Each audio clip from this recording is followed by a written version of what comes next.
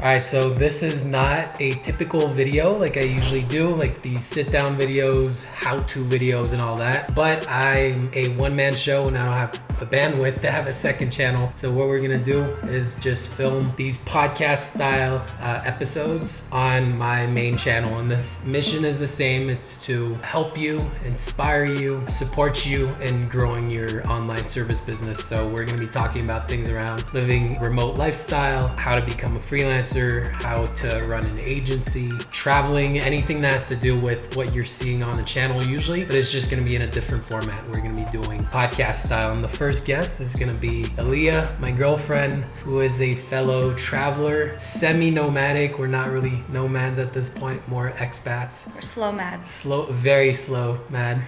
Yeah, so she's gonna break the ice. My name is Aleah Jean from Texas. See, I started traveling 5 years ago, 2019, and I was hooked from there. I started my video agency also in 2019 at the end of the year because I realized that I wanted to continue living this lifestyle, and I knew it was going to be a long road to where I could be able to live off of an agency. But I had high hopes and perseverance, and I now live off of my agency income and I travel full time.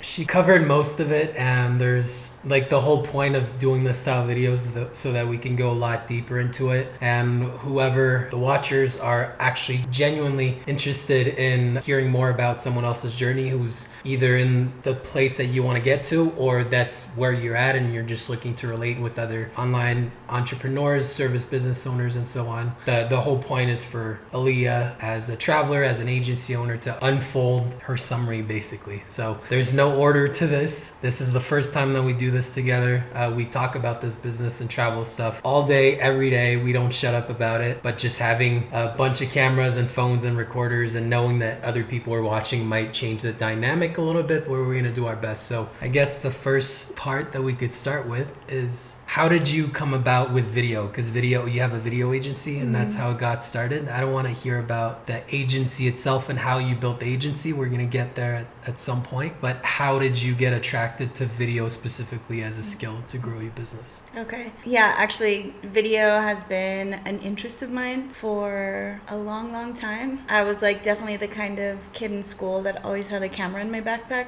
like the disposable ones, like the old photo film cameras. Like my mom always bought me one when we would go grocery shopping, and I would take pictures like all the time. I was just like really into documenting my life, and I actually thought I was gonna be a photographer, and I started like a photography Instagram page, and I had a couple clients, mostly like friends and family, but I actually started that way. And then I met somebody who was doing video production, and I was like, it just like piqued my interest. I was like, that's really cool.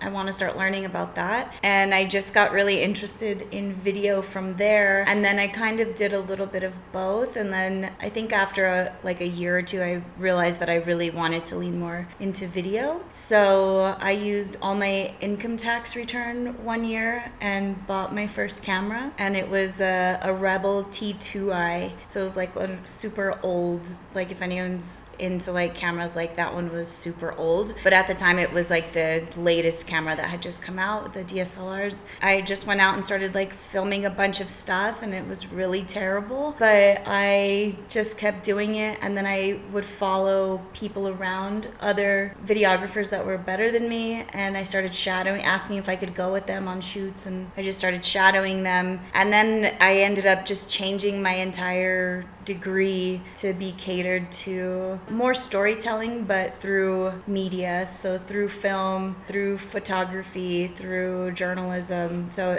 the degree I got was kind of strange. It was convergent media. And at the time, like a lot of people didn't know what kind of career I could have with that. And now it's like ridiculous to think about because it's like at the center of every single marketing now. Yeah, that's kind of how it started. And then I studied a lot of film in school, but the most education I had was literally picking up my camera and going and shooting terrible videos for free for people just to build my craft. Yeah, that's how it started. And then editing, post-production was like an entirely different journey, but that was like the introduction. So it went from photography to videography to post-production. Yeah. Okay. And how did you switch from photography to video? Like, what made you want to, like, just realize that, oh, video is more cool, or, like, video interests me more? Yeah, I think at the time, there was just a lot of transition happening, like, with social media, and video was, like, just starting to kick off. Like, this app called Vine had just come out. I remember that. Yeah. I started using it before it, like, stopped. Yeah, and so I was using Vine, and when Vine came out, there was a bunch of other little like competitors. 2017-ish?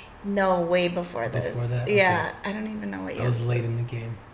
Yeah, I want to say like 2012 Damn. or 2013, somewhere around there. If you can use like the years in the timeline, like for anyone that's watching or listening, that'd be cool, just so they could see like what the whole journey was from learning the skill to getting to where you're at. Yeah, so if I'm gonna lay it out like in a timeline, it was probably like 2009 when I realized that I wanted to switch from photography to videography, and then maybe like 2011 is when I finally bought my own camera, because before that I was like borrowing friends' cameras and stuff. And then 2011 I think I bought my own camera. Yeah, like 2012 I changed my whole degree and started playing with a bunch of like different video media platforms. So that like Vine, and there was like this other one that was really cool that you can like add your own intros. So it was all like, you didn't have to edit or anything, you could kind of just do it in the app itself.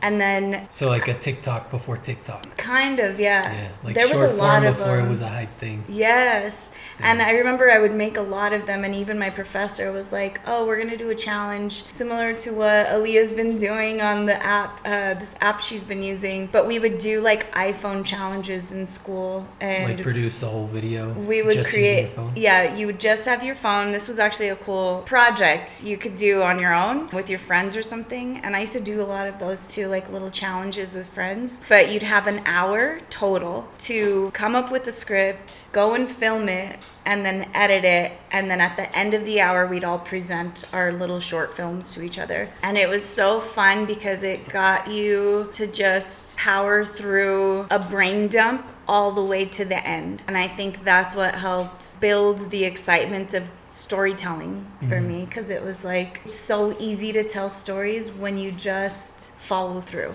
Because like anything is a story. Anything can be a story. But that was a fun project that we did. And then Instagram added video. That was another timeline. When was that, like 2014? Maybe around there, 2013 or 14. They changed and added video. That was just a real like telling of how the future of media was going, like the direction it was going. And it was just, honestly, it was just really fun for me. Like I just felt like it was so fun to document everything, like life. And You were and still are, the annoying friend with the camera. Oh, always. Yeah, Always. I can vouch for that. My mom, because sometimes my mom would be like, oh, take your camera.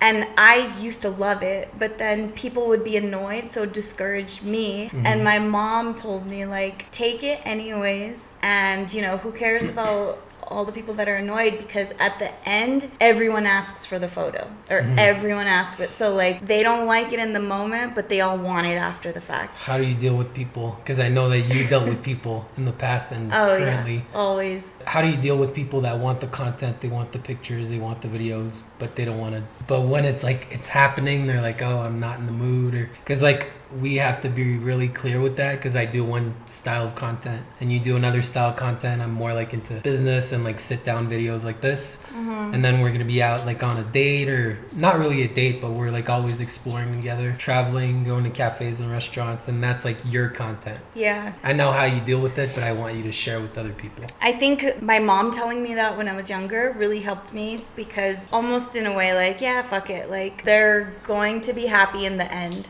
You know, so that was like the first thing that got me through that, like, I don't know, the insecurity of walking around with your camera, you know. And then what I started doing is I would do a lot of prep beforehand to make it less obnoxious for people around me. So for example, if I was going to a family event, which this is something I always did, I would take my camera and I would make little highlight videos of the family barbecue, like just nothing, or my cousin's baby shower, or as you know, seamless Christmas. as possible. Yeah, and so when I would take my camera there, I would do all the setup on my own first. So I would frame up the camera before I had everybody standing still for 20 minutes while I get the framing and the lighting. And so I took care of all of that first so that everything was ready. And then I would tell them, hey, come in for 5 seconds and just do this quick thing.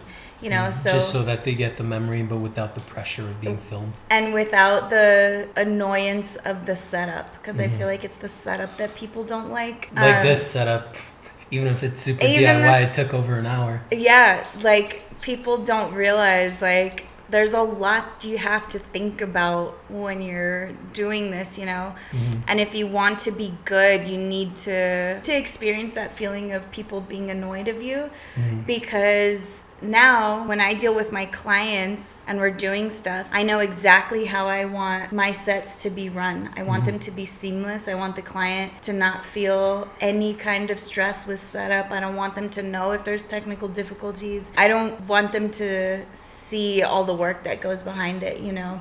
I want them to see the elegant duck that's floating above the water, you know that phrase, like the duck like paddling his feet so fast underwater and above you just see him floating gracefully. Like that's what I want my clients to see, and I would not have been able to piece together how to do that if I didn't have those experiences from people, you know. It's like someone going to a fancy restaurant and the kitchen's super chaotic. Exactly. You're paying hundreds and hundreds and hundreds of dollars for a perfect meal. You know that a lot of stuff happened behind the amazing meal, all the cooks and chefs' education, the chaos of working in a kitchen. I don't know if you guys ever worked in a restaurant, but it's grueling work. Yeah. And then having that nice plate that's graceful, artsy, with delicious, the music with and the ambiance, and yeah, the server that's like pouring the wine, and exactly. they don't need to know how people are sweating and swearing and spitting and falling in the back and dropping shit. Yeah. What's the saying? Bear with grace. Bear it with grace. Where did we get that from? Rick and Morty. Rick and Morty. Yeah. Drop it. Insert clip right here. Yeah. But I really want to make sure that we have a focus on what got you to where you're at, and then to sprinkle in what got you to wanting the lifestyle that you're at, that you're currently living, because you weren't living that for a long ass time. So like, let's switch up the video a little bit so we can go to the more the lifestyle part. So like, whatever you can share what your life was, how it was, and what the like epiphany was for you to be like, fuck it, I don't want to live this way anymore, and I want to go and be on my own, travel, and let's not focus on the business side. Let's go on the travel and letting go of the past suburbia 9 to 5, like all that life. Not that it's a bad thing, but it wasn't a good fit for you, and I want you to share with a lot of people like that are watching this, most likely are trying to get out of that, or to have a digital conversation with someone else who they can relate with, because a lot of us feel sort of lonely when we go back home, because a lot of people in our families and like friends that we grew up with, they're living a more conventional way of living, which isn't bad, but it's just different, and we don't want that. So I want you to share like what the switch was and the epiphany to really go for it. All right, I think I need to put my coffee down to answer this question.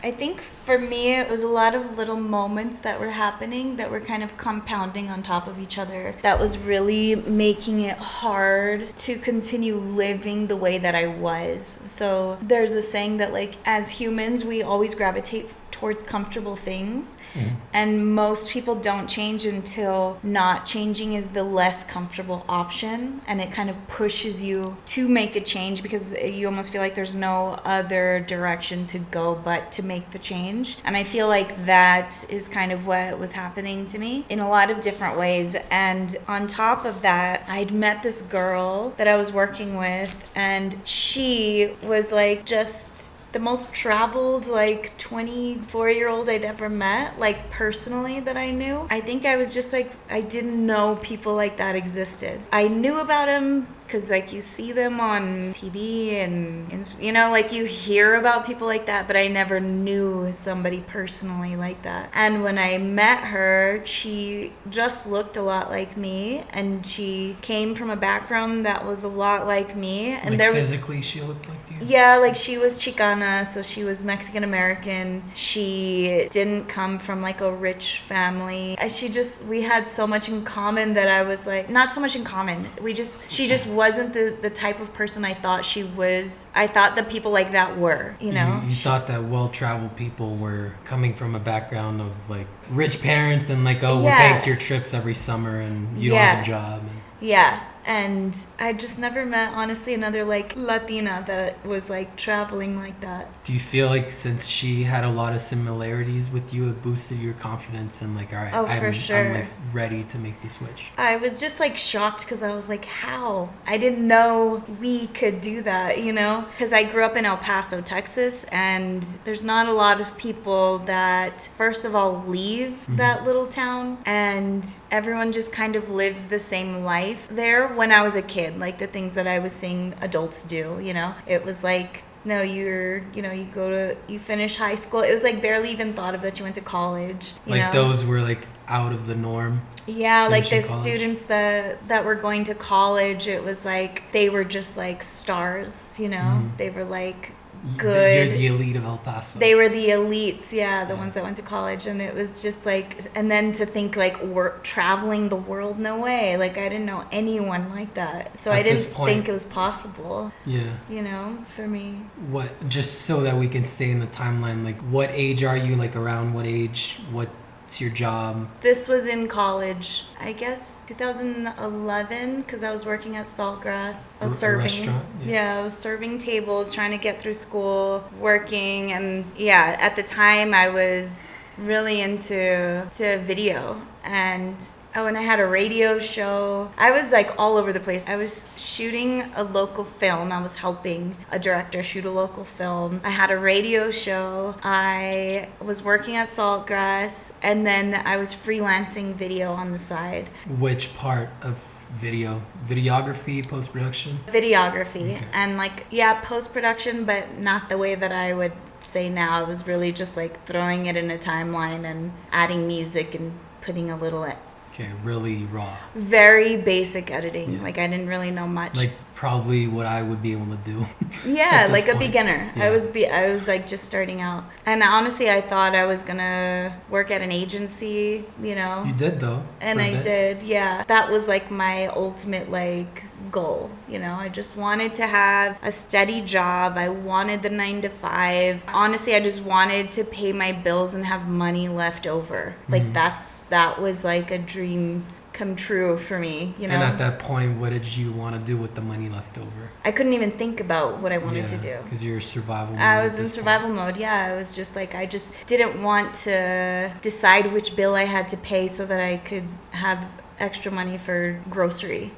You know, it was like that point. Like I was really just like, I just want to live and like comfortable. So you know how like a lot of people that get like they have like health issues or like they're gaining weight or losing weight or whatever, and they wait until, like you were saying earlier, they wait until like they need to start getting on medication, they need to start going to the hospital. Yeah. They wait until last minute. You wait until you can't live that way when they have to go and fix it. Yeah. Just so that we have enough time to like cover a lot more, because this is super interesting. What was the moment that you really made the switch and you started, like we could talk about remote year, like what got you to remote year? Like I said, there was like a lot of combination of things that were happening. I was starting to realize that I was not happy in a relationship I was in, and I was like living a life that wasn't true to what like my childhood dreams were.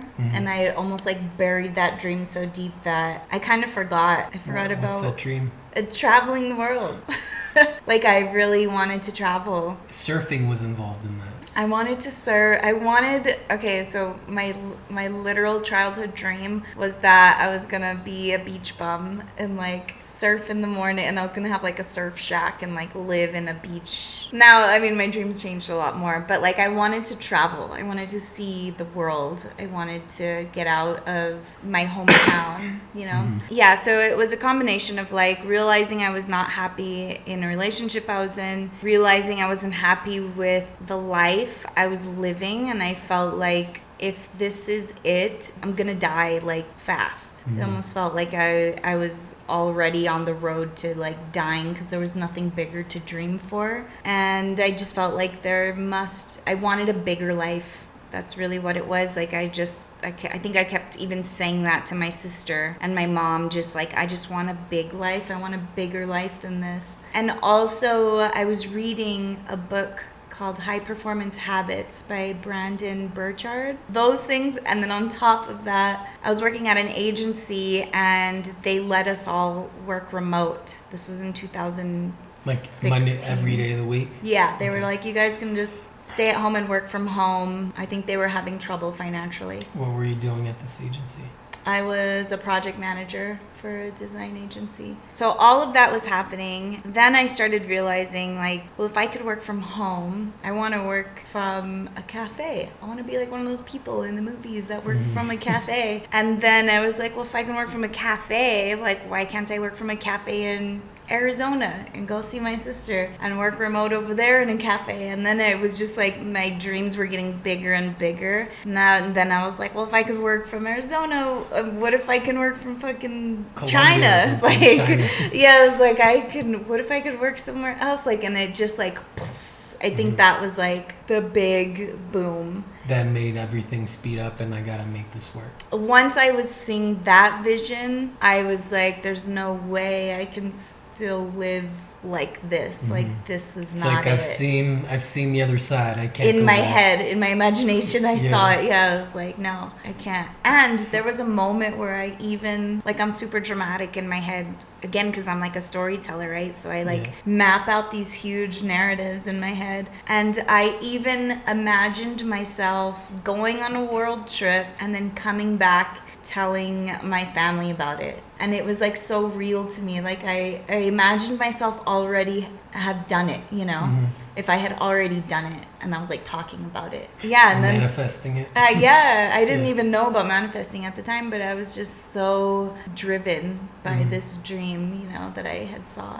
And this led you to see an ad for Remote Year? How did that led come me about? to Remote Year. So I started actually we had a WeWork. I started looking into WeWorks and what locations they were in. It's a chain of, for you guys that don't know, it's a chain of co-working spaces. Yeah. And so I started looking at what locations they were and then looking at membership packages to where I could just bounce around and work wherever WeWorks were. So I was searching those things in Google, on Instagram. I was looking up stuff on YouTube. I was just like searching the web, and of course they targeted me. Yeah.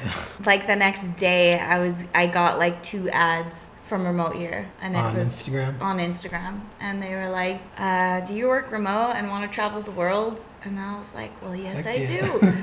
And they're like, yeah, do you have no one to travel with and you wish you didn't have to go alone? And I was like, fuck yeah, I do. It was just like hitting so many things that I was like, oh pain my God, solution, this is solution. Yeah. And and I applied for the program. And how long's the program? It kind of says it, but just so. Yeah, so I applied. Now Remote Year's changed a lot, but back then they only had year-long programs, and I think they had to use 4 months or a year. I was like, I want the full year. I want to travel the whole world and see different things. And then I joined Remote Year. That was the start.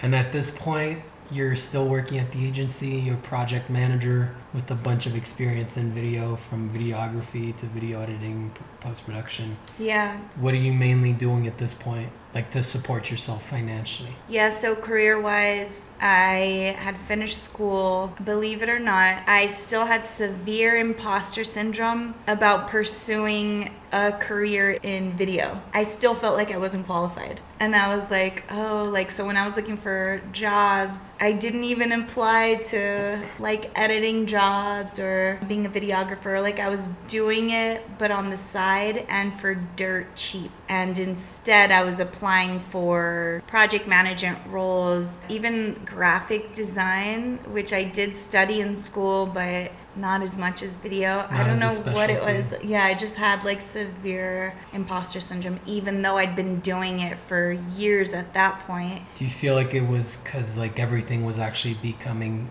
a reality and that scared you? I don't know what it was. I honestly don't know what it was. I just felt like I think because my mentors, the people that I had known that were doing it, were way more advanced than I was. And I felt like, well, if that's the level I needed to be, like, I still have a lot of, building to do. So to the point, I ended up becoming a project manager. Before that, I was a broadcast producer, and then I was a production coordinator, and then finally ended in a project management role just because they were paying more. And they were the ones that allowed you to be remote. They're the ones that, they let us go remote. It was a smaller agency. And when I first joined with Remote Year, I was working as a project manager, and 2 months in, they fired me. And I was in Colombia, and I was stuck in Colombia, and You're like a brand new traveler at this point. Yeah, I was a new traveler. I just felt unqualified in so many areas of what was going on in my life. Like, I didn't feel like I belonged with a bunch of travelers. I didn't feel like I could like do what I actually wanted to do, like what I loved doing, which was video production. There was a lot of things that like were blocking me. It was all mental. It was all mental things. And I was in Colombia, the agency let me go, and I literally just had this moment where I was sitting around a couple of other people in my program, and they were so supportive, and they were like, well, what do you want to do? What do you like? What's your passion? Like, they pushed me to start my video agency. Yeah. Do you have, like, when this happened, because there's certain people that don't necessarily have the luxury of having a choice if they have no funds or whatever. What was your situation when you lost your job? So I had a pretty good chunk of savings. That's honestly savings and credit cards. That's what I was surviving on. And I did pretty good. I was like really good with my spending. It was unfortunate because I missed out on a lot of like activities that the group was doing. I still felt like I'd rather be broke here in a foreign country than be broke at home and be really miserable.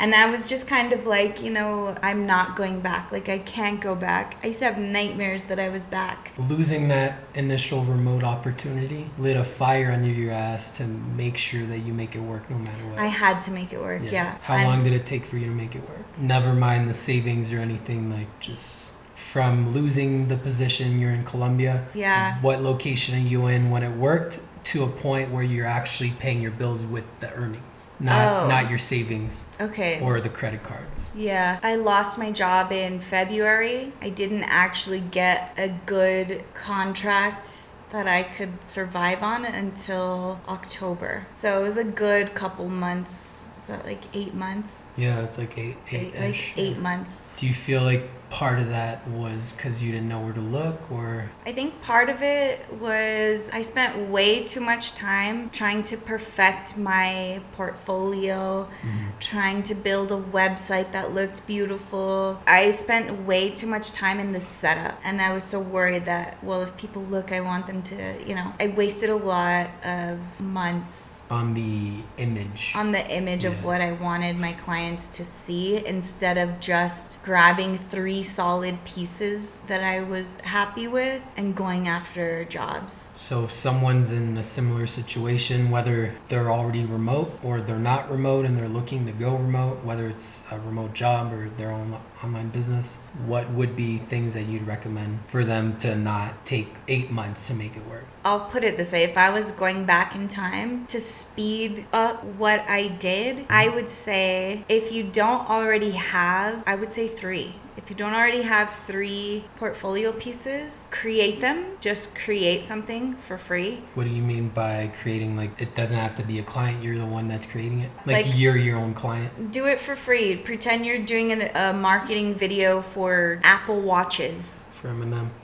For M&Ms, like go and create it yourself. Just create it, because there's a difference between your portfolio and like your resume. It's different. They don't have to be paid projects. Sometimes people just want to see, like, can you do what you're telling me you can do? And I would have started with just 3 solid pieces, and I would have gone straight I would have went hard on just sending out proposals. In my niche, I wish I knew about Upwork a lot sooner. That was another thing. I didn't know where to look. Upwork, I'm going to drop these for anyone that's like brand new to the whole freelancing and service business world. Upwork is like the #1 freelance marketplace. It gets a lot of shit, it gets a lot of hate, but I don't know why. I don't know why. I always compare it to Amazon. It's like there's a lot of crappy products, but if you list yourself, you as the skill, the right way, in a unique way, and as a premium service provider, there's a ton of opportunities there. And I'm living proof, you're living proof. Yeah. Thousands of other freelancers are too. Yeah, especially if you're just getting started. I feel like it's designed to help you if you're just getting started. Like, that's specifically put your portfolio on the platform. They're actively looking for people that Yeah. need work now. Yeah, I wish I knew about it way sooner. Like, way sooner. Because I was going hard on applications on, like, Indeed. Indeed, Yeah. Monster.com, Angel List. There was like a lot of different ones, and it was hard for me because I wanted to provide a video service, and it was pretty rare that I would going flex jobs. Like, there just wasn't a category for video, so I was looking under all these different topics to find a role that I could apply to. And Upwork has video. Like, it was just like game changer once I found out about Upwork. Is that what really got you going? Oh yeah, that, and ironically COVID, because everyone started realizing they needed to have online presence because everything was switching online, and they needed to show up online, Yeah. So that really launched me. But I would say even today, like 80, maybe more, like 80 to 90% of all the clients that I've worked with have found me through Upwork. And a lot of people that think of Upwork, and even people that are super advanced and they have a lot of results from other ways like networking, referrals, cold email, or other platforms, they'll still bash on Upwork because it just didn't work for them, or they just didn't stick to it. Without giving the actual number, are you able to share around what income bracket you're at, just to show people that like you're not scraping by as a freelancer on Upwork? Yeah, so like currently? Yeah, like, let's just say currently, because it takes a while to build to where you're at. A lot of people get the wrong idea from marketplaces that, yeah, you can make it work, but only for $5 projects. Right. I know for a fact that you have like clients that are paying you several $1,000s a month. Yeah, for sure. My clients, all the projects that I've gotten from the last 2 years on Upwork, all of them way over $1,000. And a lot of them, when it works, when our partnership works, we then transition out of Upwork and we work directly with each other. Once the contracts are like Once done. a contract is done. So the way I was doing it is I would close out projects with them on Upwork if they're doing one project at a time, and then we would transition out of Upwork, and then we have ongoing relationships that way. But they all started through Upwork. It's like a good introduction. But So you're building your trust with them, you're delivering a project through the contract that was agreed upon on the platform, and then, well, they like your stuff, so they want to keep working with you, but right. not necessarily on the platform, because it does take a good chunk of your earnings. Yeah, I would say it's like you do hit a ceiling with how much you can charge on there, but it's not $5. Yeah. And when you hit that ceiling, you should be able to, if you're legitimately good at what service you're offering, you should be building that relationship with them, moving them outside, and continue that relationship with them. So I wouldn't recommend that you stay on Upwork. Like, you want to have a variety of how you work with your clients, a variety of You don't want Upwork to be your directions. whole business. Yeah. Let's say you have a few projects on Upwork. You're making maybe a consistent like grand or $2,000 a month, which is enough for certain places around the world, so you could get started maybe with traveling, but to actually really start thriving and make a good amount, a good chunk with the service business, what do you feel would be the next step? There's a few things. There's personal branding, there's cold outreach, there's so many different ways. What would you feel will be the next best step for someone who's wanting to make this a living, whether they want to just be remote to work from home or travel? The next step after finding gigs on Upwork? Yeah, let's say you have a few clients on Upwork, you're starting to build your portfolio, you have a couple 5-star reviews, so you're starting to build that social proof, but you don't want to be stuck just on there and be a so-called Upwork freelancer or like Fiverr freelancer or like Flex Job, whatever, like any platform freelancer. You want to be like, for you, your agency's Rain District, you want to be Rain District. And where else would you look? I guess I'll just speak on like what I have been doing, because I'm still learning and growing every, month over month and refining what I do. But I think for me, it was helpful to, like I said, transition out of Upwork, and after you've built trust with your client there, and then let them know that you have a team of people that you're able to work with, and then literally have people helping you so that you can focus on getting more of those clients, and you kind of training them to produce, the skill that, you've been providing. I would say starting to like grow a little team of people to do the smaller tasks so you can focus on those bigger tasks. You made that switch a couple of years ago. How has that changed you as with your lifestyle? Like, what changed from, because when you were solo, you were only doing it yourself, freelancer, without a team or anything. You were working a certain way, a certain amount of hours, you had a certain lifestyle. You were traveling, but just like a lot of other expats, digital nomads, location independent entrepreneurs or whatever, they're traveling, but they're glued to their laptop and they don't have time to go and enjoy those restaurants, cafes, or activities. I feel you. Yeah. I was there at first too, and but this is about like you and your journey, so we're not really going to go into that, because that's another huge step in your whole journey, and we only have so much time here to explain it. Yeah. And we could always have more in the future, but what was the change when you allowed yourself to start building a team and actually start delegating? Okay, so let's say you finally got your remote work, you're finally traveling, but now you need to hustle so much that you're not even enjoying where you're at. That's kind of the struggle you're referring to, right? Yeah. And I completely understand that feeling, because I was like that for the first 2 years, even spilling into the third year. It was hard because, you're building your clientele, you're building your portfolio. There's a couple ways I would say to get out of this vicious cycle. The first one, I think after you refine what you're offering and you tweak it to make it better, you should increase your price, because you're now offering something better. And when you could increase your price, it's gonna help alleviate a lot of the hours you have to put in, because now you're making more than the hours you're putting in. The ultimate goal is to eventually stop trading your time for money and just start charging a lot more for your experience, So you eventually have to break away from a lot of what the competition is also charging. And this can be challenging. I think this is a huge roadblock that a lot of people experience. It was a huge roadblock for me, because the problem I was coming up against is a lot of my clients were like, I don't want to pay you, X amount. I want to pay you they have you in a certain bracket. And that's, so if you're trying to bump up in your bracket, it's hard for them to understand why. And you could always explain to them, I'm refining my process. I have a better team now. I just came out of even if you're taking courses, which I constantly recommend, you should be improving what you offer in a lot of different, so reading about it, taking free courses, learning a new tool, just you should be continuously getting better at your craft. And every once in a while, stop and look back and compare what you're offering. Literally prove it to yourself. I know I'm really offering way better service than I was 6 months ago, then increase your price.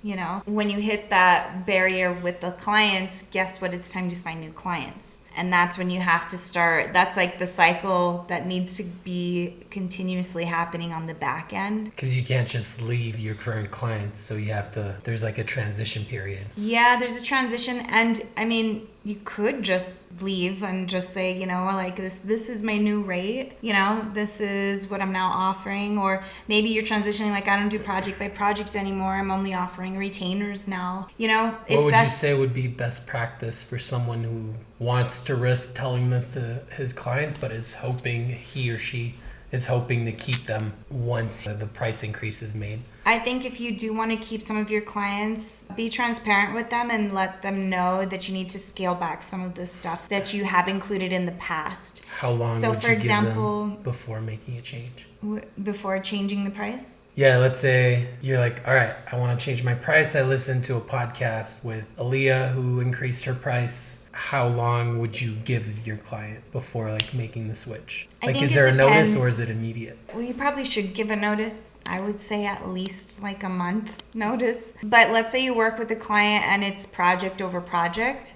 And let's just say you finished up one of your projects. It could be just the next time they reach out to you, or at the end of that project, you let them know, happy to work with you again going forward. My rates are increasing. So the next time, we work on a project, I'm going to bill at this instead of that, But I think it's just what you're comfortable with and what kind of relationship you have with your clients. What made you be comfortable, be ready to double, triple, whatever it was, to have a significant increase? The thing that pushed me was seeing other people who I felt like I was better than were charging more than me. And that's another thing too, do market research and then compare yourself to them. Am I at that level? And if you're not, that's okay, but it's a good benchmark for you to be okay, let me lock myself in a room and crack open a Red Bull and learn a new tool this weekend, Or you have to be real, dedicate your time to improving your craft. There's no way around that. And if it's not you that's providing the service, then dedicate your time to finding a teammate. You find a good one, And if you need to find a better one or you need them to improve what they're doing, then, but don't be a fraud, obviously, Yeah. If you're better than what other people in your market are, you offer better service, then you should be charging more. And if what you're offering is more niche and more specific, and it's not a template, a one size fits all that you just offer to everyone, and instead you're offering something that's a little more catered to that specific client's need, if you have any little process that makes it more targeted, specific to client by client, then you are more expensive. You're providing a more expensive service and you should be charging more. Yeah, that's another idea for you. If you're offering a service that, let's say, for example, you build Squarespace websites, and you offer this as a service to people. If you're just doing the template, it's just the cookie cutter template and you're just plug and play and that's what you offer to every client, see what the rest of the market is charging and then, gauge yourself from there. And if that's what you're doing and you want to charge more, then customize that process to clients a little more. And that's a way that you can increase your prices. Maybe that's you going into, digging into the client's brand assets, understanding their industry, looking at what their competitors are doing, and crafting a website based on that. That's special to that client, and that's not a cookie cutter template. That's there's more actual intentional strategy. Yeah, there's more of a strategy behind it. And anytime you're adding strategy into your service, you should be offering more than what the basic rate is. This reminds me, you're a super vet at video. You've been in video for a long ass time. 2 questions. How has it helped you with where you're at? You pretty much have a freelance agency, a certain video agency. How has it helped you grow and how has it slowed down your growth because you're so good at your craft? That's a really good question. It's helped me because when new trends are happening, new platforms open up, there's a new thing people are doing with Reels, all of that stuff. It's I can jump onto those things easy because I have a background in it. I can just, adjust what to offer. Overall, I feel like it's easy for me as long as it's video centric, but on the flip side, it can also be challenging because I have a video background, and sometimes certain algorithms don't really care about good quality content, and instead they're focusing on something else. And that's hard for me sometimes because I get caught up in like, oh, but it has to look cinematic, or I want to do something super great, so we end up like brainstorming like some huge narrative and story flow that's like, in the end, it's probably not going to do as good as some like a UGC Canva edit for like, and so it's like learning to work with what platform it's going into first. What's working in that platform, Anything overproduced doesn't work on TikTok. Like, it doesn't work because people are not going to TikTok to watch high quality overproduced content. That's not what the platform is selling to users, so therefore that's not what users are going to experience when they get there. They want real raw content. So those kind of things. Also working with ads, like sometimes the low quality UGC content that someone sent in on an old iPhone is gonna way outperform an overproduced, highly animated, like it's a lot of times. Yeah, it's so, there's different rules to it. So I think understanding the rules of the platform that you're creating your content for is way more important than how much background you have in film. Let's say you're already remote, like someone's watching, they're already remote, they're a freelancer, they're making decent money as a solo service provider, and they want to make that switch that you made a couple of years ago and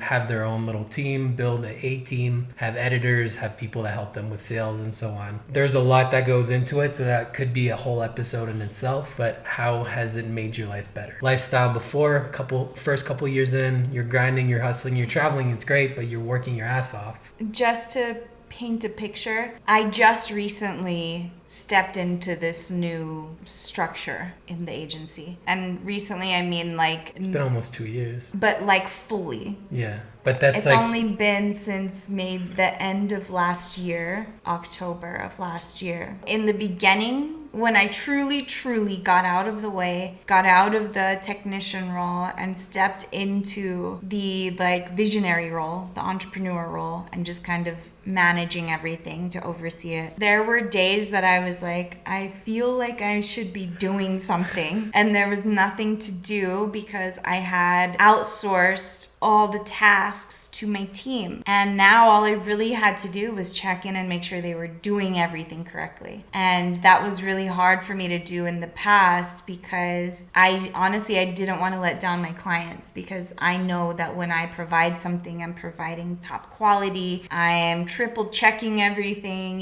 so learning to trust your team and learning to be a teacher to your team was something that took me almost a year to figure out. And that's where 2 years ago I did start working with a team, but it was so hard for me to really let go and let them run with it, because I was also stepping into a new role, and I was also learning what that role required of me, and it was to become a teacher, to have a lot of patience also, with your team, because even if you hire somebody who's super great, if you're trying to teach them your own process, it is months that you're gonna have to okay, not like that, like this, not like that, do it like this, you're so close but you keep missing this, and it was a bunch of loom videos after loom videos, after corrections, and just the process of everything back and forth. And in the beginning, the process that I was setting up I thought could work, but then when you're running through it, you're seeing all the loose ends and just little things that need more direction and more specific instruction. So it was a phase of crafting all of that together. But the difference is incredible. Just to answer your question,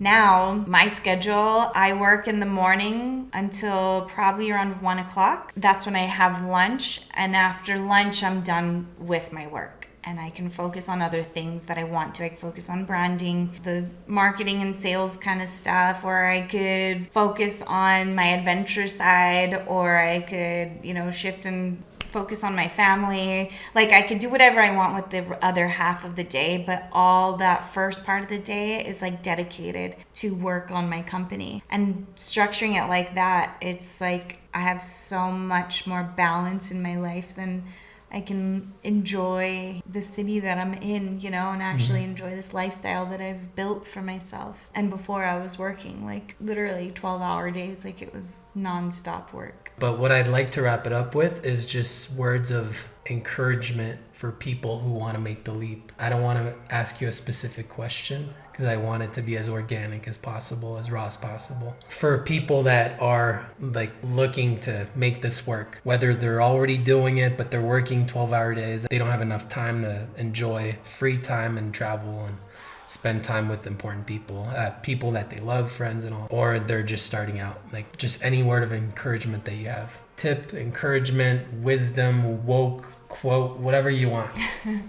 Or like actions that they should take. You could have a bullet point, whatever you want to put. Yeah, there's so much I could say. Overall, what I would say as a word of encouragement to anyone is if you are not happy with your current situation, your life, the life you're living, if you feel like maybe there's more to what you're doing, maybe you're not living your full authentic self, you're not fully happy, whatever phase you're in, you're ready. Like you're ready to change. That's your body telling you it's time to change. And there's answers to all of these questions everywhere. There's free content everywhere. Like even your Instagram page, there's lots of good tips. Like there's books everywhere. There's YouTube channels. You will find how to do it, but it starts with you deciding that you want to change. You want to do it, and you have to want it so bad that nothing else can stop you from making that change. I used to have a little post-it note that I taped on my computer back in 2019 when I was struggling to find lunch for tomorrow, and the little sticker said, "Be obsessed with figuring it out." And I don't know how I was gonna do it. I didn't know what I was gonna do. I didn't know how long it was gonna take me, but I was not gonna stop. I was gonna figure something out, and that's what I would encourage you to dig for. Like, be obsessed with figuring out how to get your dream life, and I promise you, you will find it. Drops mic.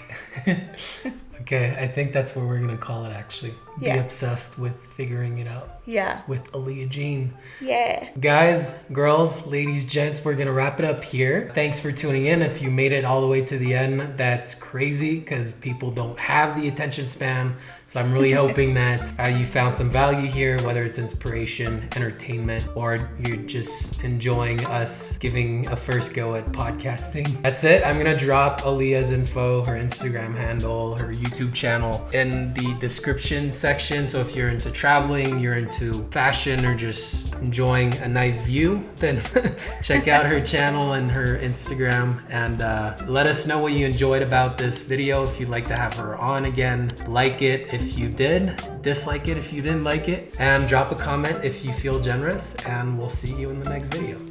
Bye.